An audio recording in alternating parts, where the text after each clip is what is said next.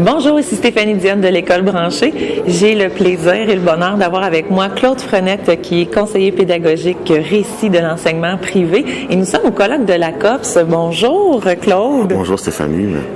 Merci de m'inviter. Ça fait vraiment plaisir. Écoute, aujourd'hui, j'aimerais que tu puisses nous parler de ce qui est particulier à la COPS, parce que toi, tu connais bien ce colloque-là que tu as, dans lequel tu as occupé plusieurs rôles. Oui, j'ai été pendant presque 9 ans membre du conseil d'administration. J'ai assumé la présidence pendant 3 ans. OK. C'est un colloque qui me tient beaucoup à cœur parce que c'est un colloque qui vise vraiment les enseignants, qui cible les enseignants comme pour les inspirer, pour leur donner des idées de projets à vivre. C'est un colloque qui est animé aussi par des enseignants. Donc, c'est sa caractéristique, c'est concret, c'est des choses qui se passent dans la classe. C'est pas un colloque qui vise des grands spécialistes, des gens qui sont des experts en technologie. C'est vraiment un colloque qui vise des gens qui veulent intégrer les technologies en classe, qu'ils soient débutants ou experts. Ce qui est important, c'est qu'ici, ils vont trouver des idées d'utilisation pédagogique de la technologie. Donc, ça sera pas c'est plus maintenant des formations sur très techniques sur les outils, parce que ça a déjà été un besoin d'avoir un colloque qui allait aborder vraiment ce que sont les outils technologiques à la portée des enseignants, mais les enseignements étaient plutôt technique. Mais ça a évolué parce qu'au début, il y avait une certaine angoisse par rapport à la technologie. On la connaissait pas, c'était mystérieux, c'était beaucoup plus compliqué aussi. La technologie a beaucoup évolué depuis. Ouais. Et au début de la COPS, on devait montrer aux gens comment appuyer sur les boutons, comment utiliser les outils qui se laissaient pas approprier facilement. Mm-hmm. Mais avec l'évolution de la technologie, les choses sont devenues de plus en plus faciles à s'approprier. Les applications sont de plus en plus simples, les interfaces sont abordables. Par des gens, on n'a pas besoin de passer des heures à leur expliquer comment utiliser la technologie, ce qui nous libère de cette partie-là. Et on peut vraiment se concentrer sur l'intention pédagogique. Parce que c'est ça la vraie vie. Les gens ont la technologie, ils se l'ont appropriée.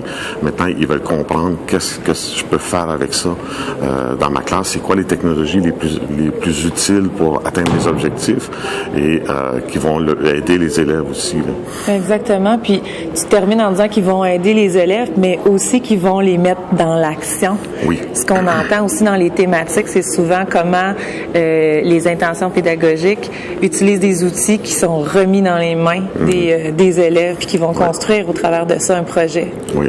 Et ça se voit aussi dans l'évolution des ateliers qui sont donnés à la COPS. On a donné des ateliers avant où on présentait les choses.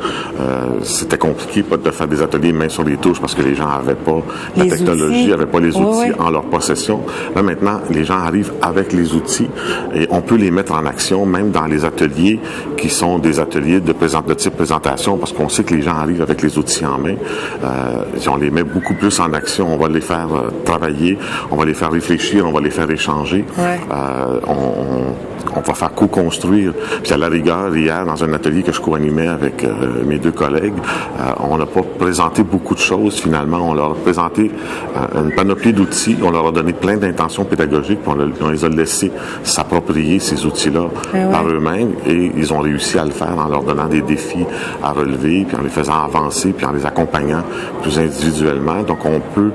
Parce que la technologie est plus facile à exploiter, on peut différencier beaucoup plus les ateliers. Les ateliers, puis après les pratiques dans les classes. Ça, ouais. Et c'est ça qui est la caractéristique de la COPS, c'est que ce sont des ateliers pour des gens en classe, par des gens qui sont proches de la classe ou dans la classe aussi. Puis donc, qu'est-ce que tu dirais à des enseignants qui hésitent ou qui se demandent s'ils devraient passer au colloque de la COPS l'année prochaine, par exemple? Moi, je dirais que c'est un incontournable. De toute façon, c'est évident parce que c'est un colloque qui est là depuis 36 ans.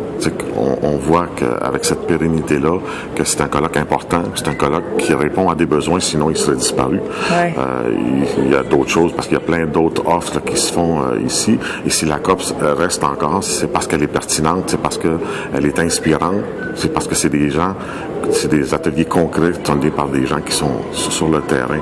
Donc, c'est un incontournable. Moi, je pense que si on veut vraiment intégrer la technologie, il faut passer par la COPS. Merci vraiment, Claude, de nous avoir parlé du colloque de la COPS. Puis, on vous invite à venir vous inspirer dans les différentes formules d'ateliers qui y sont proposées au colloque de la COPS. Merci.